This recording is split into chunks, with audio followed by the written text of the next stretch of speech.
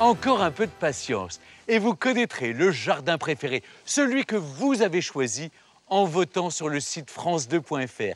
Il reste tant de beaux jardins à découvrir et de belles aventures humaines à suivre, comme celle de ce domaine aussi, passé entre les mains de 3 propriétaires successifs avant d'être sauvé par les Amis du Rayol, l'association qui a pris l'initiative de faire appel au Conservatoire du Littoral. Il y avait un jardin qu'on appelait la terre. C'est sympa cette cueillette, on peut tout ramasser ici. Alors c'est un milieu ouvert, et dans les milieux ouverts en Méditerranée, il y a toujours plein de choses qui se mangent. Évidemment, vous connaissez le fenouil là, bien sûr. Le fenouil qui sent très bon. Mais ce qui nous intéresse, c'est les toutes petites plantes aussi. Par exemple, les mauves. Qu'est-ce que c'est les mauves? Ça, c'est ces fleurs roses là. Ce qui est bien, c'est que dans la mauve, il y a tout qui se mange. Les fleurs, les feuilles, et en plus, c'est une plante pleine de mucilage, donc ça rend la peau très très douce. Ah, je peux tout manger? Tu peux tout manger. La carotte aussi. Il paraît que ça rend aimable.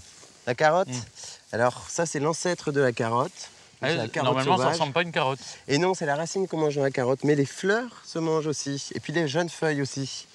Je risque pas de l'empoisonner, là. Non, elles sont pas très goûtues. Justement, Stanislas, on nous dit toujours faut toucher à rien, surtout ne mettez pas en bouche, ne mangez rien.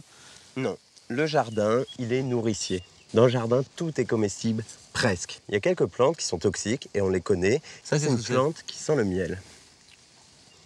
Le miel. Ça va, ça sent le miel. Et ça, je peux manger aussi. Voilà, ça c'est la lobulaire maritime qu'on trouve beaucoup en bord de mer. Et alors en fait, c'est ça qui nous intéresse dans ces milieux ouverts. On a énormément de plantes sauvages, des plantes très colorées, surtout au printemps. Et sur toutes ces plantes sauvages, il y en a très peu qui ne sont pas comestibles. Vous savez, ça ressemble à du réfort. C'est un goût un peu de réfort. C'est un petit peu. Il y a quelque chose qu'on a perdu aujourd'hui beaucoup dans notre alimentation, c'est le côté amer des aliments. C'est très amer. Et voilà, et toutes les plantes sauvages sont très amères. Alors le gâtillier en latin, c'est Vitex anus castus. Vitex anus castus. Voilà. Et alors, il n'est pas tout à fait mûr, mais en fait, ce sont les fruits qu'on utilise comme succédané du poivre. Ah oui. Voilà, et on l'appelle le poivre des moines parce que ce poivre était censé réfréner les envies folles des moines. Pourquoi les moines ont des envies? Eh bien, sait-on jamais. S'ils avaient des envies, on leur donnait le poivre des moines, le gâtillier. J'adore cette histoire. Ben, je crois que vous m'avez appris à regarder davantage les jardins. Et surtout, il faut une vie. Il faut une vie pour apprendre un jardin. Mais surtout, voilà, les mauvaises herbes sont bonnes à manger aussi. Voilà, la plupart, on peut en faire quelque chose.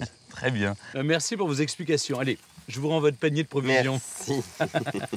Eh bien, vous n'avez peut-être qu'à essayer vous-même à la maison. Ou alors, si vous en avez l'occasion, venez ici au Rayol où vous pourrez déguster ces plantes au Café des Jardiniers.